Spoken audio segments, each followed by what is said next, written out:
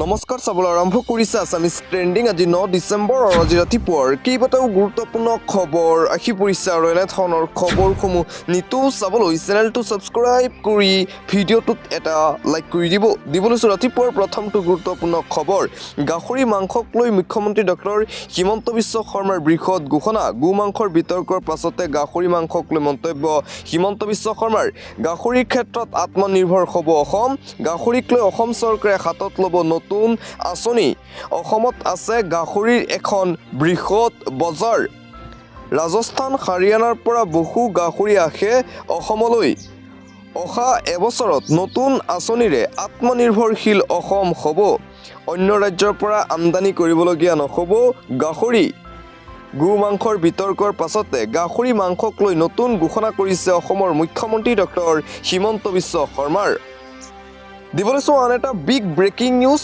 অগপ নেতাৰ অসন্তুষ্টি হিমন্ত বিশ্ব শৰ্মা আৰু বিজেপিৰ প্ৰতি অগপৰ সৈতে আলোচনা নোহোৱাকৈ গো মাংস বিৰোধী সিদ্ধান্ত গ্ৰহণ কৰিছে হিমন্ত বিশ্ব শৰ্মাৰ বিজেপি চৰকাৰে যাৰ বাবে এতিয়া অসন্তুষ্টি ব্যক্ত কৰিছে অগপৰ জ্যেষ্ঠ নেতাই পুনৰ বিজেপি অগপৰ মাজত অসন্তুষ্টি গো মাংসৰ বিৰোধী সিদ্ধান্তক লৈ জ্যেষ্ঠ অগপ নেতা অসন্তুষ্ট অগপৰ সৈতে আলোচনা নোহোৱাকৈ এই সিদ্ধান্ত লৈছে বিজেপি চৰকাৰে অগপৰ সভাপতি কাৰ্যকৰী সভাপতি হিমন্ত বিশ্ব শৰ্মাৰ কেবিনেটৰ সদস্য দুজনকৈ দলীয় মন্ত্ৰী থকাৰ পিছতো অগপক এই কথাৰ অৱগত নকৰাৰ অভিযোগ দলৰ মজিয়াত আলোচনা হোৱা নাই গো মাংস নিষিদ্ধৰ প্ৰসংগক লৈ গো মাংস নিষিদ্ধকৰণ অগপ দলৰ সিদ্ধান্ত নহয় গো মাংস নিষিদ্ধক লৈ মুখ খুলিলে অগপৰ উপসভাপতি প্ৰাক্তন সভাপতি কুমাৰ দীপক দাসে ব্যক্তিগতভাৱে এই সিদ্ধান্তক সমৰ্থন নকৰে কুমাৰ দীপক দাসে কোনো লোকৰ ধৰ্মীয়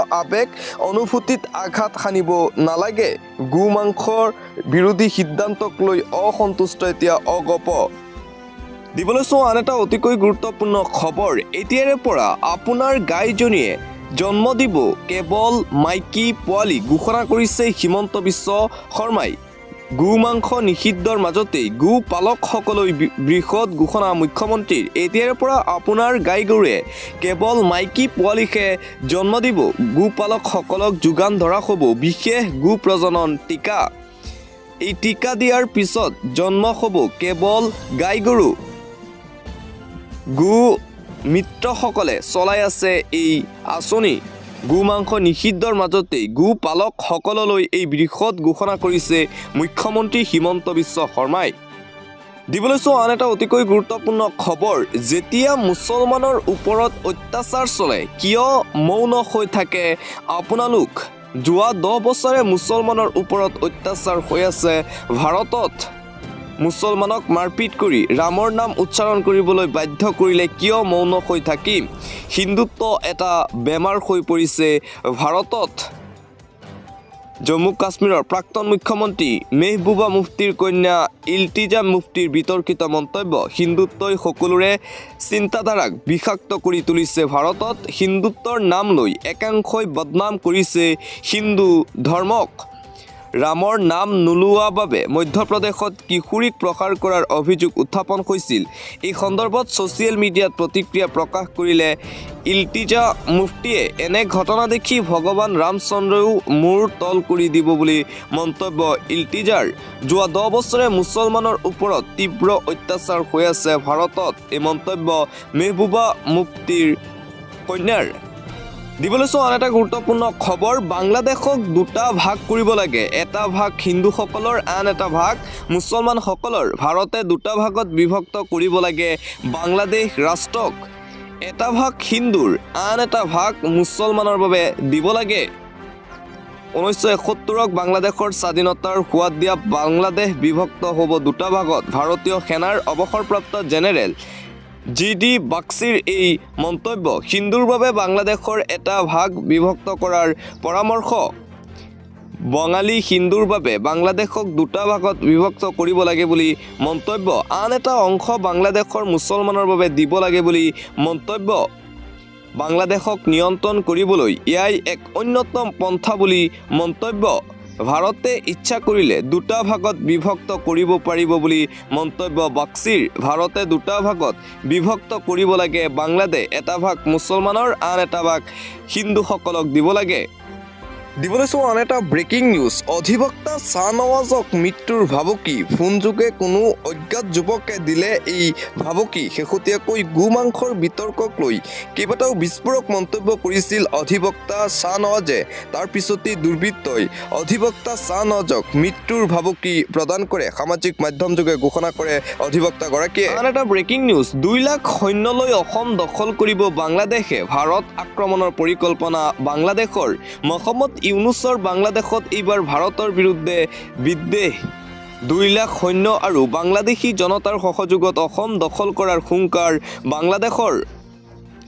কেৱল অসমেই নহয়, পশ্চিম বংগ দখলৰো হুংকাৰ দিছে বাংলাদেশে। ভয়ংকৰ পৰিকল্পনা বাংলাদেশৰ। ডাকাত প্ৰতিবাদী মিছিল উলিয়াই ভাৰতক সকীয়নি বাংলাদেশৰ প্ৰাক্তন সেনা বিষয়াসকলৰ। ভাৰত দূৰৰ কথা, আমাৰ সন্মুখত আমেৰিকাও টিকিব নোৱাৰিব বুলি সকীয়নি। 4 দিনৰ ভিতৰত কলকাতা আৰু অসম দখল কৰিম আমি 2 লাখ সৈন্য লৈ। ঢাকাৰ প্ৰতিবাদী মিছিলত ভাৰতৰ প্ৰধানমন্ত্ৰী নৰেন্দ্ৰ মোদীৰ বিৰুদ্ধে শ্লোগান শুনিব পোৱা গৈছে। ভাৰতৰ বিৰুদ্ধে এই ভয়ংকৰ পৰিকল্পনা কৰিছে বাংলাদেশে। দিবলৈ চোৱা আন এটা ব্ৰেকিং নিউজ। EVM টেম্পাৰিঙৰ অভিযোগত আজিও উত্তাল মহাৰাষ্ট্ৰ। মাৰ্কটৱাৰীৰ ঘটনাৰ তদন্তৰ দাবী বিৰোধী বিধায়কৰ। বিধানসভাৰ ভিতৰত উত্তাল প্ৰতিবাদ বৰ্জন। বিশেষ অধিৱেশন। শাৰদ পাৱাৰ, ৰাহুল গান্ধীৰ মাৰ্কটৱাৰী ভ্ৰমণৰ সম্ভাৱনা। মহাৰাষ্ট্ৰৰ নিৰ্বাচনৰ পিছত EVM প্ৰসংগই পুনৰ উত্তাল কৰি ৰাখিছে মহাৰাষ্ট্ৰ। নিতৌ EVMক লৈ তীব্ৰ প্ৰতিবাদ কৰিছে বিৰোধী দলসমূহে। শীঘ্ৰেই শাৰদ পাৱাৰ, ৰাহুল গান্ধীয়ে মহাৰাষ্ট্ৰ ভ্ৰমণ কৰাৰ সম্ভাৱনা আছে। কোনোপধ্যেই কংগ্ৰেছে নিজৰ পৰাজয় স্বীকাৰ কৰিব বিচৰা নাই। EVM টেম্পাৰিং হৈছে বুলি এতিয়াও অভিযোগ আনি আছে কংগ্ৰেছ দলে আৰু বিজেপি চৰকাৰৰ বিৰুদ্ধে তীব্ৰ প্ৰতিবাদী কাৰ্যসূচী গ্ৰহণ কৰিছে কংগ্ৰেছে। EVMক লৈ EVMৰ পৰিৱৰ্তে বেলট পেপাৰত নিৰ্বাচন অনুষ্ঠিত কৰিব লাগে বুলি দাবী কংগ্ৰেছ দলৰ। ৰাহুল গান্ধীয়ে কৰিছে বিস্ফোৰক মন্তব্য। পৰৱৰ্তী খবৰ। অষ্টলক্ষ্মীক লৈ চৰকাৰে দেখিছে পৰ্যটন ক্ষেত্ৰৰ সপোন। প্ৰধানমন্ত্ৰীয়ে যাবলৈ সাহস নকৰা মণিপুৰলৈ যাব নেকি? ধন উৎপাদনৰ বাবেহে কেন্দ্ৰক লাগে উত্তৰ পূব। মানুহৰ জীৱনক লৈ কোনো চিন্তা নাই কেন্দ্ৰীয় চৰকাৰৰ। অষ্টলক্ষ্মী মহোৎসৱলৈ যাবলৈ সময় হ'ল প্ৰধানমন্ত্ৰী মোদীৰ। উৎসৱলৈ ৰূপ লোৱা হিংসা দেখেও কিন্তু অষ্টলক্ষ্মী ৰাজ্যলৈ নাহিল প্ৰধানমন্ত্ৰী নৰেন্দ্ৰ মোদী। কেৱল ব্যৱসায়ৰ বাবে উত্তৰ পূবক ব্যৱহাৰ কৰে নেকি প্ৰধানমন্ত্ৰী নৰেন্দ্ৰ মোদী আৰু বিজেপি চৰকাৰে? মণিপুৰত শেহতীয়াকৈ যিসমূহ হিংসাত্মক ঘটনা হৈছিল, মণিপুৰৰ লোকে যি প্ৰাণ হেৰুৱাইছিল, তাৰ পিছতো এনে এটা পৰিস্থিতিত মণিপুৰ ভ্ৰমণ নকৰে প্ৰধানমন্ত্ৰী নৰেন্দ্ৰ মোদীয়ে। কিন্তু ব্যৱসায় ঠিক ৰাখিবলৈ কেৱল উত্তৰ পূবক ব্যৱহাৰহে কৰে প্ৰধানমন্ত্ৰী নৰেন্দ্ৰ মোদী আৰু বিজেপি চৰকাৰে। এই অভিযোগ আনিছে বিৰোধী দলসমূহে। আন এটা গুৰুত্বপূৰ্ণ খবৰ। ৰকিবুলক প্ৰত্যুত্তৰ দিছে মুখ্যমন্ত্ৰী ডক্টৰ হিমন্ত বিশ্ব শৰ্মাই। মুখ্যমন্ত্ৰীৰ বিৰুদ্ধে ফাইলক লৈ গৰম ৰাজ্যৰ ৰাজনীতি। ফাইলক লৈ মুখ খুলিলে হিমন্ত বিশ্ব শৰ্মাই। ৰকিবুলৰ ফাইল পুৰণি হ'ল বুলি মন্তব্য হিমন্ত বিশ্ব শৰ্মাৰ। অখিল গগৈ সৰু থাকোঁতে কৰিছিল ফাইলৰ ৰাজনীতি, এতিয়া তেনে ৰাজনীতি বন্ধ কৰিব লাগে অসমত। পুৰণি ৰাজনীতিয়ে কৰি আছে সাংসদ ৰকিবুল হুছেইনে। মুখ্যমন্ত্ৰীৰ বিৰুদ্ধে এজন প্ৰাক্তন বিজেপিয়ে ফাইল যুগুত কৰা বুলি মন্তব্য কৰিছিল ৰকিবুলে। অখিল গগৈয়েও 10 বছৰ পুৰণি ফাইল আছে বুলি কৰিছিল মন্তব্য। মুখ্যমন্ত্ৰীৰ বিৰুদ্ধে ফাইলক লৈ আজিও গৰম হৈ আছে ৰাজ্যৰ ৰাজনীতি। ফাইলক লৈ শেহতীয়াকৈ মুখ্যমন্ত্ৰী ডক্টৰ হিমন্ত বিশ্ব শৰ্মাই মুখ খুলিলে। ৰকিবুল হুছেইনৰ ফাইল বহুত পুৰণি হ'ল বুলি মন্তব্য অসমৰ মুখ্যমন্ত্ৰী ডক্টৰ হিমন্ত বিশ্ব শৰ্মাৰ। দিবলৈ চোৱা আন এটা গুৰুত্বপূৰ্ণ খবৰ। কাছাৰৰ কাটিগড়াত আটক 3 বাংলাদেশী। আটক জুমা ৰাণী দাস, কৰুণা ৰাণী দাস আৰু এজন। 3জনেই বাংলাদেশৰ পৰা আহিছিল ভাৰতলৈ। 3 বাংলাদেশীৰ সৈতে কালাইনৰ পৰা আটক 2টাকৈ দালাল। আৰক্ষীৰ পহৰাৰ সময়ত জালত পৰে বাংলাদেশী কেইটা। দিবলৈছো আন এটা ব্ৰেকিং নিউজ কৃষক আন্দোলনৰ প্ৰসংগ এইবাৰ পালেগৈ দেশৰ উচ্চতম ন্যায়ালয়ৰ মজিয়া আন্দোলনকাৰী কৃষকক ৰাষ্ট্ৰীয় ঘাইপথৰ পৰা আঁতৰ কৰাৰ নিৰ্দেশ দিবলৈ আবেদন গৌৰৱ লুথৰাৰ কেন্দ্ৰ পাঞ্জাৱ আৰু হাৰিয়ানা চৰকাৰক এই নিৰ্দেশ দিবলৈ আবেদন সোমবাৰে ন্যায়াধীশ সূৰ্যকান্ত আৰু ন্যায়াধীশ উজ্জ্বল ভূঞাৰ বিচাৰপীঠত অনুষ্ঠিত হ'ব শুনানি দিবলৈছো আন এটা গুৰুত্বপূৰ্ণ খবৰ হঠাৎ চিৰিয়াৰ ৰাষ্ট্ৰপতিৰ বিমান অন্তৰ্ধান ২৪ বছৰীয়া শাসনৰ অন্ত চিৰিয়াত লাগিছে হাহাকাৰ দেশ এৰি পলায়ন চিৰিয়াৰ ৰাষ্ট্ৰপতি মধ্যপ্ৰাচ্যৰ আন এখন দেশ তছনছ হোৱাৰ দিশে ৰাষ্ট্ৰপতিগৰাকীয়ে দেশ এৰি পলায়নৰ সময়তেই ভয়ংকৰ ঘটনা বিদ্ৰোহীৰ দখলত ৰাজধানী ডামাস্কাছ ২৪ বছৰীয়া শাসনৰ অন্তত গাদীচ্যুত ৰাষ্ট্ৰপতি আল আছাদ চিৰিয়াই দখল কৰিলে ইছলামিক হায়াত তাহৰিৰ আল ছামে ৰাষ্ট্ৰপতি ভৱন দখল কৰি লুটপাট বিদ্ৰোহীৰ ভয়ত লেবাননৰ দিশে পলায়ন চিৰিয়াৰ নাগৰিকৰ ১২ দিনীয়া বিদ্ৰোহৰ অন্তত ডামাস্কাছ এৰিবলগীয়া হৈছে ৰাষ্ট্ৰপতিগৰাকীৰ চিৰিয়াৰ বায়ু সেনাই এতিয়া ব্যৰ্থতা স্বীকাৰ কৰিছে পৰৱৰ্তী খবৰ ধৰা পৰিল লাখ লাখ ভুৱা ৰেচন কাৰ্ডৰ গৰাকী ২০ লাখ লোকে নতুনকৈ লাভ কৰিব ৰেচন কাৰ্ডক লৈ পুনৰ ডাঙৰ খবৰ আহি পৰিছে নতুনকৈ আৰু ২০ লাখ পৰিয়ালক দিয়া হ'ব ৰেচন কাৰ্ডৰ সুবিধা ৰেচন কাৰ্ড লাভ কৰা প্ৰতিটো পৰিয়ালে লাভ কৰিব অৰুণোদয় আঁচনি ৰেচন কাৰ্ড নোপোৱাকৈ নাথাকিব কোনো যোগ্য পৰিয়াল সকলো যোগ্য পৰিয়ালে লাভ কৰিব ৰেচন কাৰ্ডৰ সুবিধা ৰেচন কাৰ্ডৰ সৈতে আধাৰ কাৰ্ড লিংক কৰাৰ পিছতেই ধৰা পৰিছে বহু ভুৱা ৰেচন কাৰ্ড ইতিমধ্যে প্ৰায় ১২ লাখ পৰিয়ালে ঘূৰাই দিছে নিজৰ ৰেচন কাৰ্ডসমূহ ৫০ লাখতকৈও অধিক ভুৱা ৰেচন কাৰ্ড আছিল এই পৰ্যন্ত ৬২ লাখ লোকক দিয়া হৈছে ৰেচন কাৰ্ড মন্ত্ৰী ৰঞ্জিত দাসৰ এই ডাঙৰ ঘোষণা দিবলৈছো নিবনুৱা যুৱক যুৱতীসকলৰ বাবে ভাল খবৰ ভাৰতীয় সেনাত যোগদান কৰিব বিচৰা সকলৰ বাবে ভাল খবৰ ITBPত খালী হৈছে ৫২৬টা পদ BSFত ওলাইছে কনিষ্টবলৰ চাকৰি ITBPৰ বাবে ১৪ ডিচেম্বৰৰ ভিতৰত কৰক এপ্লাই বিজ্ঞান শাখাত ৪৫% নম্বৰেৰে দ্বাদশ উত্তীৰ্ণ কৰিব পাৰিব আবেদন কনিষ্টবল পদৰ বাবে মেট্ৰিক উত্তীৰ্ণও কৰিব পাৰিব আবেদন ITI ডিপ্ল'মা প্ৰাৰ্থীক দিয়া হ'ব অগ্ৰাধিকাৰ ৰিক্ৰুইটমেণ্ট ITBPpolice.nic.in গৈ লাভ কৰিব বিশেষ তথ্য BSFৰ বাবে ৩০ ডিচেম্বৰৰ পূৰ্বে কৰক এপ্লাই ১ ডিচেম্বৰৰ পৰা অনলাইন যোগে আৰম্ভ হৈছে এই চাকৰিৰ বাবে আবেদন স্পৰ্টছ অথবা গেমছ কোটাত ২৭৫টা পদ খালী আৰ্চাৰী বেডমিণ্টন সাঁতোৰ ডাইভিং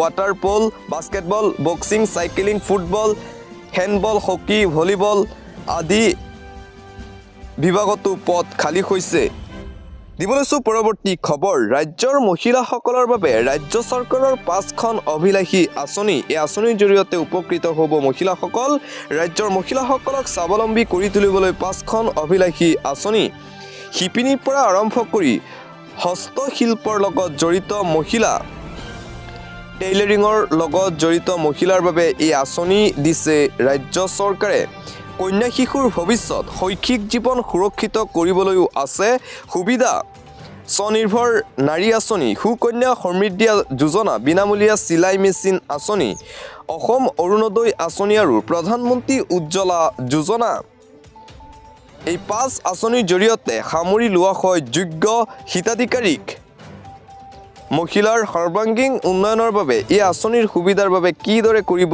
যোগাযোগ হস্ততাঁত শিল্পৰে জড়িত মহিলাসকলে লাভ কৰিব স্বনিৰ্ভৰ নাৰী আঁচনিৰ সুবিধা তাঁতশালত উৎপাদিত সামগ্ৰী বিক্ৰীৰ সুবিধা কৰি দিব এই আঁচনিয়ে 10 বছৰৰ তলৰ কন্যা শিশুৰ বাবে সুকন্যা সমৃদ্ধি যোজনা কন্যা শিশুৰ অভিভাৱকৰ ডাকঘৰত জমা কৰিব লাগিব বছৰি ২৫০ টকাৰ পৰা ১,৫০,০০০ টকা পৰ্যন্ত কন্যাৰ ২১ বছৰ সম্পূৰ্ণ হ'লে ৮% পৰ্যন্ত সুদৰ সৈতে উভতাই পাব জমা ধন ২০ বছৰৰ পৰা ৪০ বছৰৰ ভিতৰৰ মহিলাৰ বাবে বিনামূলীয়া চিলাই মেচিন আঁচনি কেন্দ্ৰীয় চৰকাৰে মহিলাসকলক আত্মসংস্থাপনৰ বাবে প্ৰদান কৰি আহিছে বিনামূলীয়া চিলাই মেচিন দৰিদ্ৰ আৰু অসহায় মহিলাৰ বাবে অসম অৰুণোদয় আঁচনি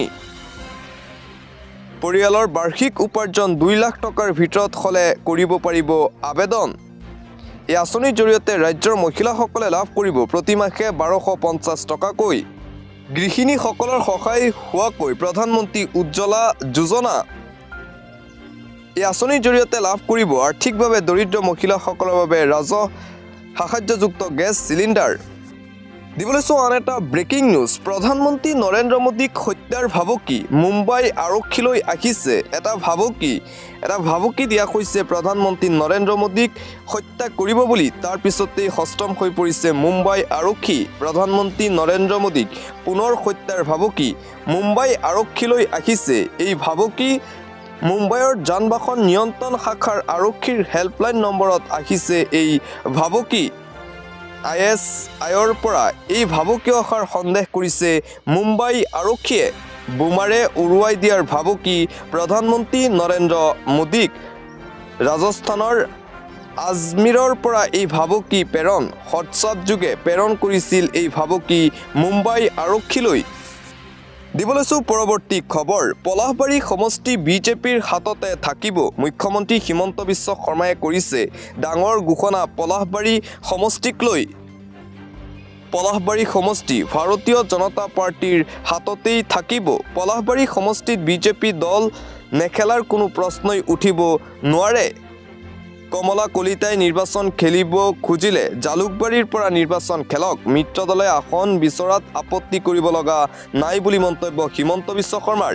মিত্ৰতাত থকা দলৰ শক্তি বৃদ্ধি পালে আমি আসন এৰি দিম, হিমন্ত বিশ্ব শৰ্মাৰ মন্তব্য।